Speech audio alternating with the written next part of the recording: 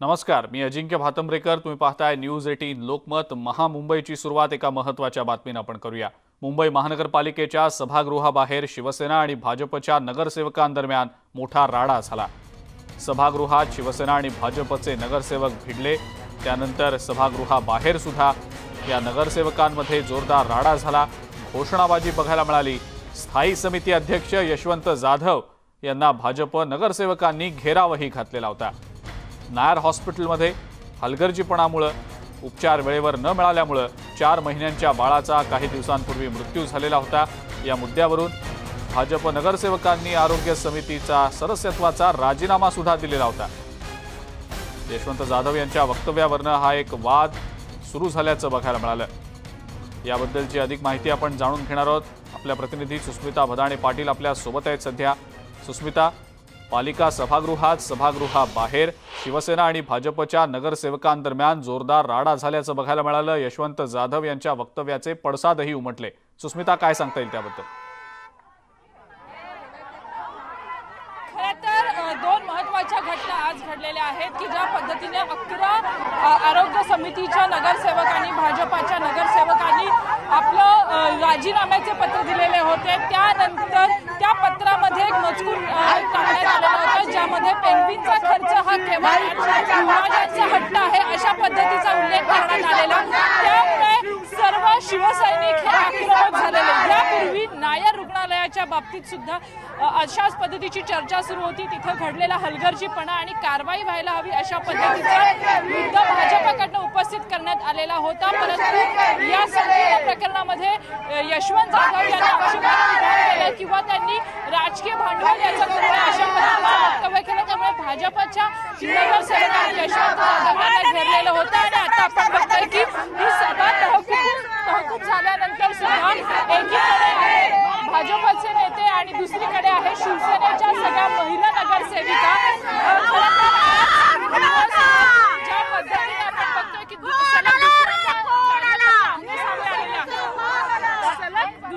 आज सभागृहामध्ये सुद्धा आणि आता कार्यकर्ते आमने सामने आलेले आहेत। कार्यकर्ते आमने सामने ही पद्धतच नाही। उगाच एखाद्या गोष्टीचा भाव करून हे जे काही चाललंय राजकारणात ते बरोबर नाही। प्रश्न होता नायर हॉस्पिटल मधले जे काही पेशंटकडे डॉक्टर्स आणि नर्सेसने दुर्लक्ष केलं त्याच्यामध्ये माननीय युवा सेना प्रमुख आणि महाराष्ट्राचे पर्यटन मंत्री यांचा उल्लेख करण्याचा, पेंग्विनचा उल्लेख करण्याचा गरजच नव्हती। राजकारण त्यांनी सुरू केलं, राजकारण आम्ही नाही सुरू केलं। राजकारण त्यांनी जे पत्र दिलं त्यात उल्लेख आदित्य साहेबांचा करायची गरजच नव्हती। तुम्ही ते पत्रक वाचून दाखवलं सभागृहामध्ये। यापूर्वी यशवंत जाधव यांना सुद्धा घेरलेलं होतं। काय वाटतं की या सभेमध्ये आणि आज स्थायी समितीमध्ये सुद्धा आपण नायरच्या मुद्द्यावरनं शिवसेनेनं पुढाकार घेऊन कामकाज तहकूब केलेलं? नायरची जी घटना आहे ही जरूर दुर्दैवी आहे आणि मुंबईकर म्हणून आम्हाला नक्कीच त्याबद्दल दुःख आहे। अशी घटना यापुढे होऊ नये यासाठी जी काही प्रशासनावर कारवाई करायची ती नक्कीच शिवसेना करत आहे। परंतु या नायरच्या घटनेच्या आड बढून यांनी ज्या पद्धतीने आज शिवसेनेवर घाणेरडं राजकारण केलेलं आहे या राजकारणाला आमचा विरोध आहे। काही कारण नसताना माननीय आदित्यजी यांचा उल्लेख करायचा, काहीतरी विचित्र पद्धतीने उल्लेख करायचा कशासाठी? यांचे खायचे दात वेगळे आणि दाखवायचे दात वेगळे आहेत। यांना फक्त राजकारण करायचं। यांना मुंबईकरांची, मुंबईच्या कुठल्याही गोष्टी खोटं बोलायचं पण रेटून बोलायचं ही एकाच यांची घटना आहे। त्याच्यामुळे अशा पद्धतीने राजकारण करायला मुंबईकर त्यांना ओळखून आहेत आणि मुंबईकर त्यांना त्यांची जागा लवकरच दाखवतील। आणि निवडणुकीच्या पाठीवरती हे राजकारण ते करत आहेत। त्यांना असं वाटत आहे ते त्यांचे जे मगरीचे अश्रू आहेत, आता शीतल म्हात्रे यांनी पण म्हटलं तर तसंच आहे की हे जे खोटं राजकारण आहे। कारण की ही संवेदनशील जी गोष्ट घडली होती नायर हॉस्पिटलची ती संवेदनशील होती। आमच्या माननीय महापौर तिथे गेल्या होत्या, परत आरोग्य सदस्य त्या पण गेल्या होत्या। शिवसैनिकांकडनं सुद्धा घोषणाबाजी करण्यात आली। कुठेतरी कामकाज तहकूब करण्याचा सुद्धा आज प्रयत्न झालेला आहे। याचा आगामी निवडणुकांवरती परिणाम होणार का? बघा, एक लक्षात ठेवा, जरी आम्ही नगरसेवक झालो तरी मूळ शिवसैनिक आहोत आणि मूळ शिवसैनिक असल्यामुळे शिवसेनेच्या कुठल्याही नेत्याबद्दल किंवा आमच्या पदाधिकाऱ्याबद्दल जर कोणी अपशब्द वापरला तर शिवसेना म्हणून आम्ही खपवून घेणार नाही। त्यासाठी नगरसेवक बाजूला पद ठेवावं लागलं तरी चालेल आणि यापुढे देखील तुम्ही जशी भाषा कराल तशी भाषा आमच्याकडून तुम्हाला मिळेल। आपण बघतोय की अतिशय आक्रमक पद्धतीने शिवसैनिक असतील, भाजपचे नगरसेवक असतील, शिवसेनेचे नगरसेवक असतील, हे एकमेकांना भिडलेले आहेत. फक्त फरक एवढाच आहे की सभागृहामध्ये भाजपच्या नेत्यांनी, भाजपच्या नगरसेवकांनी यशवंत जाधव यांना घेरलेलं होतं, तर सभागृहाचं कामकाज संपल्यानंतर शिवसैनिक नगरसेवकांमधले जागे झाले आणि एकमेकांना घोषणाबाजी करत विरोध त्यांनी केलेला आहे. अजिंक्य. बिलकुल सुस्मिता, धन्यवाद ही सविस्तर माहिती दिली आणि या सगळ्या शिवसैनिकांची, नगरसेवकांची प्रतिक्रिया न्यूज 18 लोकमतच्या प्रेक्षकांपर्यंत पोहोचवली त्याबद्दल. मात्र या सगळ्या घडामोडींनंतर काही भाजपच्या नेत्यांनी देखील प्रतिक्रिया दिलेली आहे, ती देखील आपण पाहणार आहोत आणि सोबतच स्थायी समिती अध्यक्ष यशवंत जाधव यांनी देखील प्रतिक्रिया दिली आहे, ती देखील आपण पाहणार आहोत.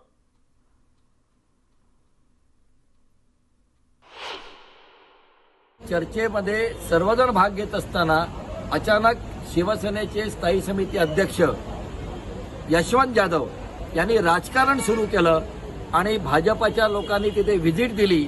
हे त्यांना झोंबलं. इतकंच नाही तर नगरसेवकांचा राजीनामा आरोग्य समितीचाही त्यांना झोंबला. ते त्यांनी बोलून दाखवलं आणि कोण फिरकले नाही, उलटे सुलटे बोलायला लागले. त्यांच्या बेताल वक्तव्यावर भडकून भाजपचे सर्व नगरसेवक, नगरसेविका त्यांच्या अंगावर धावून गेले. सभागृहात गोंधळ झाला, सभागृह बंद पडलं. यशवंत जाधव यांच्या बेताल वक्तव्याचा निषेध करण्यासाठी आणि त्यांनी माफी मागावी यासाठी सभागृह बंद पडलं. यानंतर आता आपण पाहूया एसटी कर्मचाऱ्यांच्या संपाच्या अनुषंगानं काही बातम्या. कारण एसटी कर्मचारी विलिनीकरणाच्या मागणीसाठी संपावर ठाम आहेत, त्यामुळे आता सरकारही त्यांच्यावर कारवाईचा बडगा उगारण्याच्या तयारीत आहे. दुपारी परिवहन मंत्री अनिल परब यांची एसटी महामंडळाच्या वरिष्ठ अधिकाऱ्यांसह बैठक झाली. त्यानंतर घेतलेल्या पत्रकार परिषदेत अनिल परब यांनी काही महत्त्वाची माहिती दिलेली आहे. एसटी ही अत्यावश्यक सेवेमध्येच येते, त्यामुळे एसटी कर्मचाऱ्यांवर गरज पडल्यास मेस्मा अंतर्गत कारवाई केली जाऊ शकते, असं अनिल परब यांनी म्हटलंय. मेस्मा कायदा लावण्यासंदर्भात मुख्यमंत्री आणि उपमुख्यमंत्र्यांशी चर्चा करणार असल्याचंही परब यांनी सांगितलं. तर दुसरीकडे अजूनही अनेक कर्मचाऱ्यांना कामावर येण्यासाठी रोखणाऱ्यांवर कठोर कारवाई करण्यात येईल अशी तंबी सुद्धा परिवहन मंत्री अनिल परब यांनी दिलेली आहे.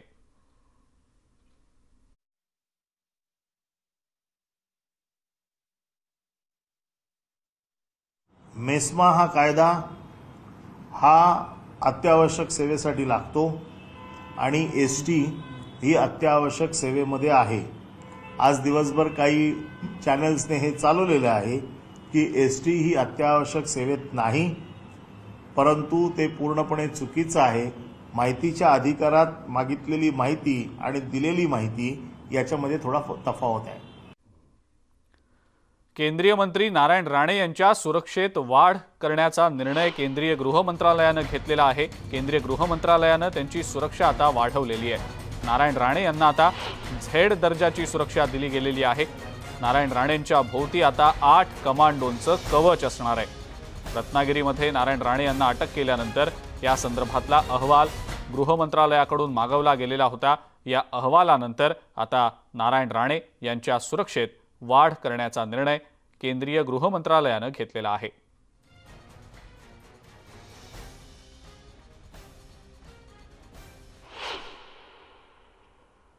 परदेशातून मुंबई आणि MMR परिसरात आलेले रुग्ण कोरोनाबाधित आढळल्यानं प्रशासनाची आता झोप उडालेली आहे. कर्नाटकमध्ये ओमायक्रॉनचे 2 रुग्ण आढळल्यानं प्रशासनाची चिंता आता आणखीन वाढलेली आहे. ओमायक्रॉनचा वाढता धोका पाहता या सर्व कोरोना रुग्णांचा अहवाल तपासणीसाठी मुंबईच्या जिनोम सिक्वेन्सिंग केंद्रात पाठवण्यात आलेला आहे.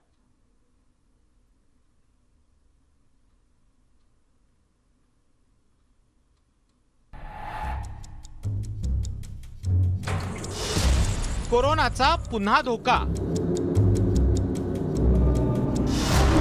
ओमायक्रॉनने उडवली प्रशासनाची झोप.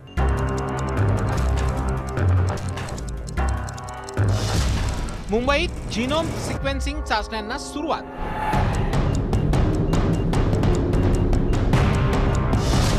$280 रुग्णांचे अहवाल प्रलंबित. कस्तुरबा रुग्णालयातल्या या जिनोम सिक्वेन्सिंग लॅबमध्ये सध्या वर्दळ वाढलेली आहे. कारण आहे कोरोनाचा नवा प्रकार ओमायक्रॉन. मुंबई आणि MMR परिसरात परदेशातून आलेल्या रुग्णांना कोरोनाची लागण झालेली आहे. या सर्व संशयितांच्या नमुन्यांची जिनोम सिक्वेन्सिंग तपासणी या लॅबमध्ये सुरू आहे. आपल्याकडे सॅम्पल्स पॉझिटिव्ह येतात, त्या पॉझिटिव्ह आल्यानंतर आपण त्यांना रिकन्फर्म करतो आहे पॉझिटिव्ह, आणि त्याच्यात भरपूर टेक्निकल बाबी आहेत जिथे RNA सपरेशन, cDNA सपरेशन हे सगळ्या प्रोसेसेस आहेत.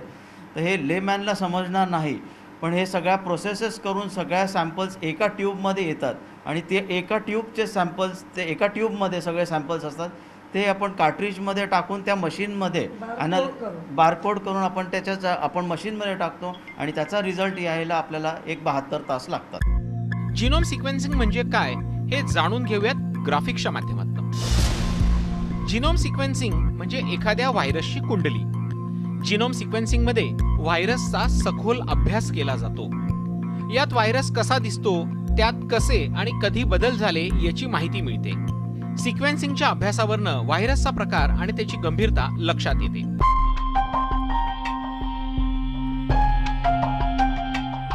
जिनोम सिक्वेन्सिंग नेमकं कसं केलं जातं ते जाणून घेऊयात ग्राफिक्सच्या माध्यमातून. कशी होते जिनोम सिक्वेन्सिंग चाचणी? संशयित नमुने आल्यानंतर पुन्हा एकदा RT-PCR चाचणी केली जाते. RT-PCR चाचणीनंतर मुख्य तपासणीला सुरुवात होते.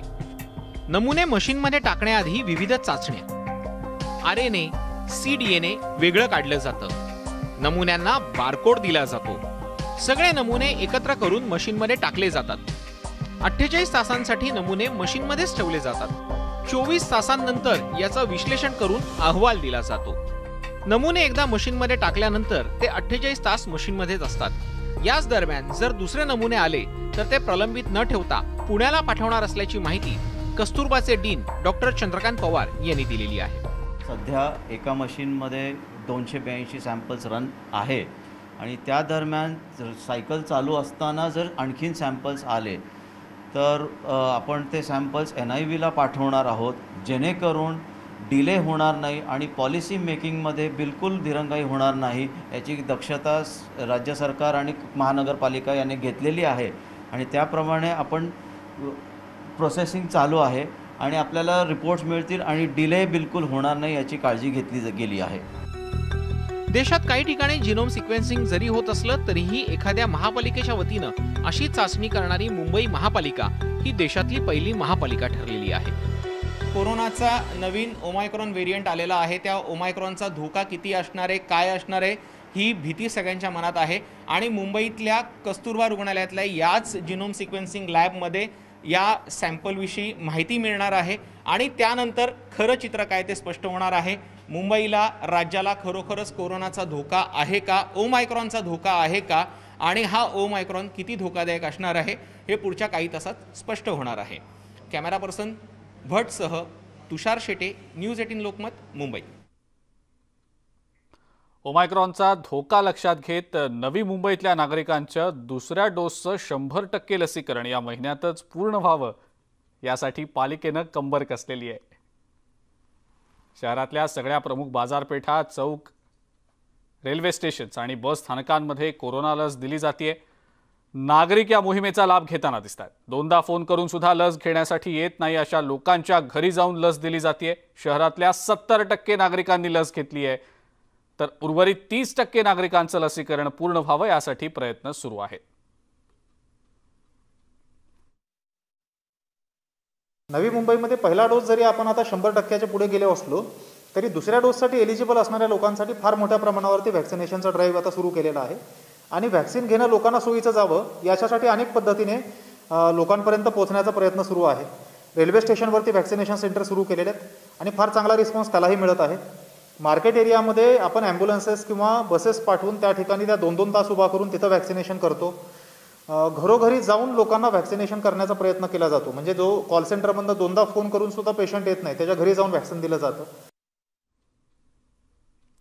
मुंबई विमानतळाच्या रनवेच्या फनेल झोनमुळे बाधित होणाऱ्या इमारतींच्या पुनर्विकासाचा मार्ग लवकरच मोकळा होणार आहे. या इमारतीत राहणाऱ्या नागरिकांना दिलासा देण्यासाठी राज्याचा नगरविकास विभाग सर्वंकष धोरण जाहीर करणार आहे. याबाबतचं धोरण लवकरच तयार करण्याचे निर्देश नगरविकास मंत्री एकनाथ शिंदे यांनी दिलेले आहेत.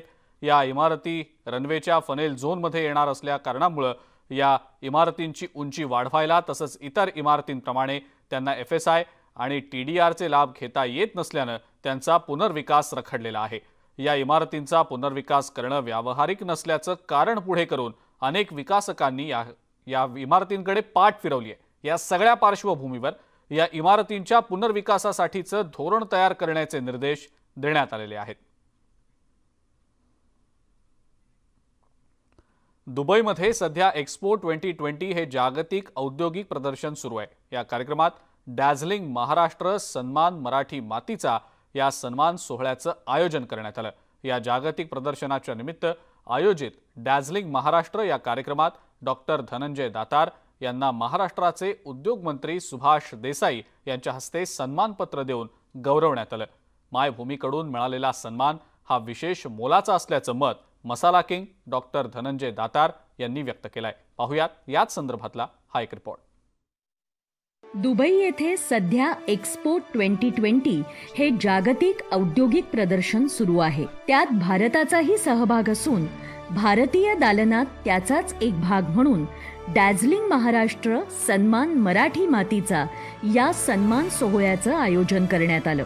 दुबईतील ग्रँड हयात हॉटेलमधल्या या कार्यक्रमात अल अदिल समूहाचे अध्यक्ष तथा व्यवस्थापकीय संचालक मसाला किंग डॉक्टर धनंजय दातार यांना महाराष्ट्राचे उद्योग मंत्री माननीय श्रीयुत सुभाष देसाई यांच्या हस्ते सन्मानपत्र देऊन गौरवण्यात आलं। एक्स्पो 2020 मध्ये आंतरराष्ट्रीय पातळीवर माझ्या कर्मभूमी दुबईतच माझी मायभूमी महाराष्ट्राने केलेला सन्मान हे माझ्यासाठी विशेष मोलाचं आहे।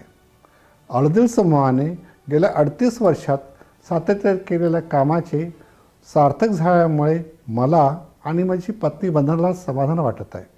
डॅझलिंग महाराष्ट्र याच्या अंतर्गत मॅग्नेटिक महाराष्ट्र हे अवॉर्ड देऊन डॉक्टर धनंजय दातार आणि अलादिलला नुकतेच गौरवण्यात आले आहे आणि यासाठी मी महाराष्ट्र गव्हर्नमेंटची आणि आमच्या शुभेच्छकांची खूप खूप आभारी आहे। याच कार्यक्रमात टेक्नॉलॉजी अँड स्पोर्ट्स या क्षेत्रातील कार्यासाठी श्रीयुत राहुल तुळपुळे यांना आणि त्यांची कन्या रेवा तुळपुळे हिला एन्व्हायरमेंटलिस्ट अँड स्टुडंट लीडर म्हणून गौरवण्यात आलं। दुबईतील एक्स्पो 2020च्या कार्यक्रमासाठी महाराष्ट्राच्या उद्योग तथा पर्यटन राज्यमंत्री आदिती तटकरे, वैद्यकीय शिक्षण आणि सांस्कृतिक कार्यमंत्री अमित देशमुख आणि भारताचे दुबईतील महावाणिज्य दूत अर्थात काउन्सिल जनरल डॉक्टर अमन पुरी यांच्यासह उद्योग व्यापार क्षेत्रातील अनेक मान्यवर या प्रसंगी उपस्थित होते।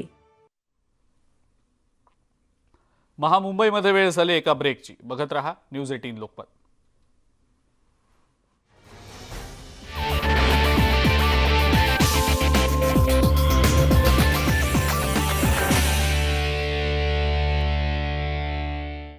आंदोलन सुरू आहे। उस्मानाबादच्या कळम आगारासमोर माजी आमदार जोगेंद्र कवाडे यांच्या पीपल्स रिपब्लिकन पार्टीने आंदोलन केलं। ज्या ठिकाणी एसटी कर्मचाऱ्यांचं आंदोलन सुरू आहे त्याच ठिकाणी एसटी सुरू करण्याच्या मागणीकरता हे आंदोलन करण्यात आलं।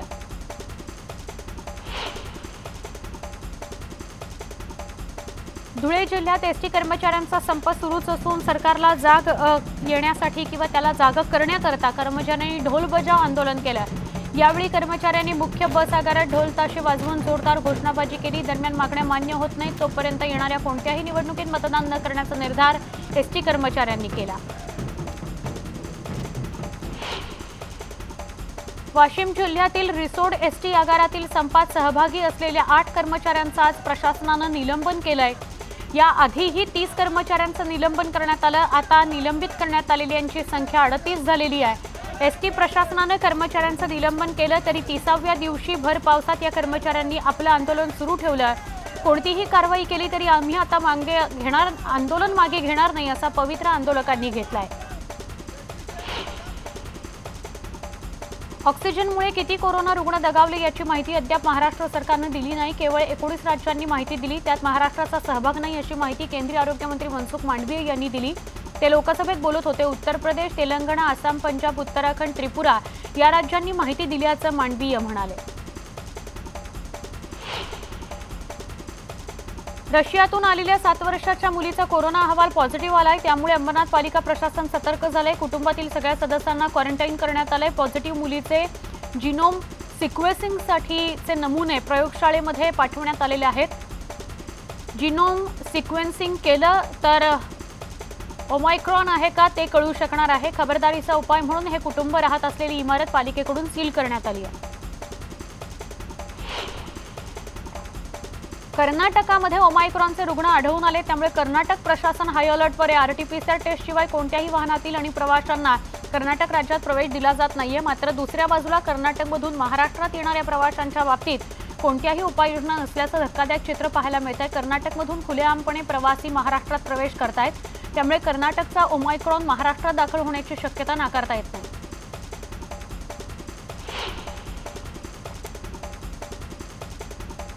केलेलं निलंबन स्वीकारण्यास परमवीर सिंग यांनी नकार दिला. माझं निलंबन बेकायदेशीर असल्याचं परमवीर सिंग म्हणतायत. मला निलंबित करण्यात आलंय हे पूर्णतः बेकायदेशीर आहे. कोणत्याही कायदेशीर प्रक्रियेचं पालन यात करण्यात आलेलं नाही, त्यामुळे याबाबत मी कोर्टात दाद मागणार असल्याचं परमवीर सिंग म्हणाले.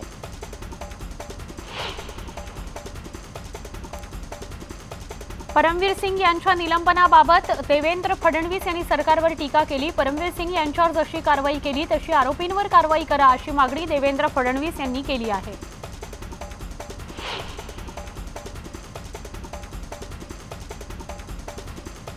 मुंबई बँकेच्या संचालकपदी प्रवीण दरेकर यांची बिनविरोध निवड झाली आहे. प्रवीण दरेकर यांच्या खेळीमुळे त्यांच्या विरोधातही एकही उमेदवारी अर्ज नसल्यानं दरेकरांची बिनविरोध निवड झाली. प्रवीण दरेकर, प्रसाद लाड यांची बँकेच्या संचालकपदी बिनविरोध निवड झाली आहे. आज उमेदवारी अर्ज भरण्याचा शेवटचा दिवस होता. पुणे शहर कार्यालयाचं उद्घाटनाकरता आज देवेंद्र फडणवीस पुण्यामध्ये आले होते. कार्यक्रमाच्या ठिकाणी देवेंद्र फडणवीस यांचे भाजपच्या पदाधिकाऱ्यांनी अनेक बेकायदा होर्डिंग्स लावल्याची बातमी समोर आल्यानंतर हे बेकायदा होर्डिंग महापालिकेनं काढून टाकावेत अशी प्रतिक्रिया देवेंद्र फडणवीस यांनी दिली आहे.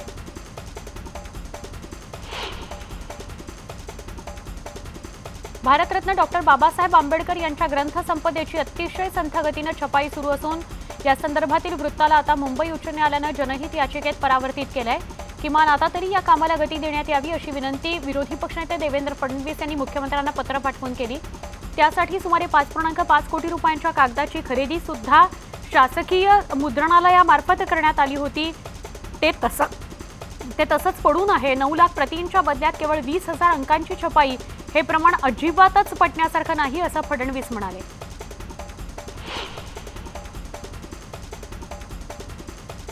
मराठी सारस्वतांचा कुंभमेळा म्हणून ओळखल्या जाणाऱ्या 94व्या अखिल भारतीय मराठी साहित्य संमेलनाला आजपासून सुरुवात झाली. दुपारी 4:30 वाजता या साहित्य संमेलनाचं उद्घाटन झालं.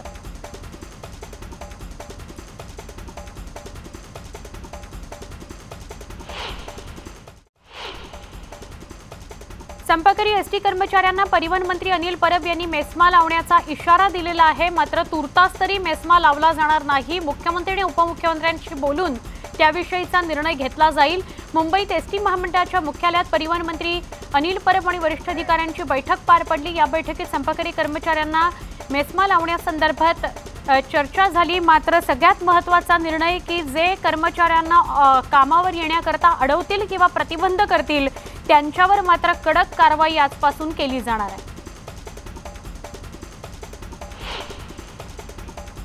मेस्मा हा अत्यावश्यक सेवेसाठी लागू होतो. कारवाईसाठी ॲक्शन प्लॅन तयार आहे. इतक्या कठोर कारवाईची आमची आत्ता तरी इच्छा नाही. मुख्यमंत्र्यांशी बोलून याविषयीचा निर्णय घेणार असं परब म्हणाले.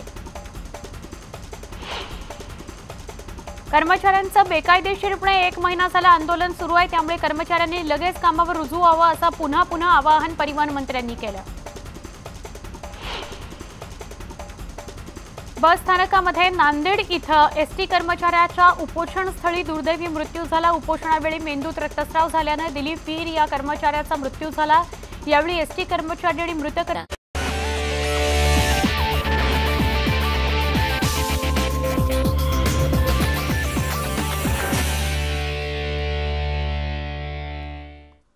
ब्रेकनंतर आपल्या सगळ्यांचं पुन्हा एकदा स्वागत. आणि आता वेळ झाली आहे न्यूज 18 लोकमतच्या आजच्या प्रश्नाच्या निकालाची. आम्ही कू ॲपवर परमबीर सिंग यांच्यावरील निलंबनाची कारवाई योग्य वाटते का हा प्रश्न विचारलेला होता.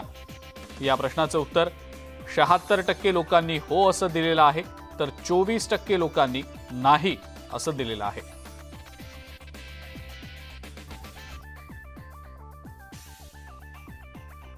आणि या सगळ्या महत्त्वाच्या घडामोडींसोबतच महामुंबईमध्ये वेळ झाली इथंच थांबण्याची. मात्र जाता जाता 2 महत्त्वाची आवाहनं करायची आहेत. एकतर सर्वात महत्त्वाचं आवाहन ते म्हणजे कोरोना प्रतिबंधक नियमांचं पालन करायला विसरू नका. घराबाहेर पडताना मास्क लावा, सोशल डिस्टन्सिंग पाळा आणि सॅनिटायझरनं हात वारंवार स्वच्छ करा.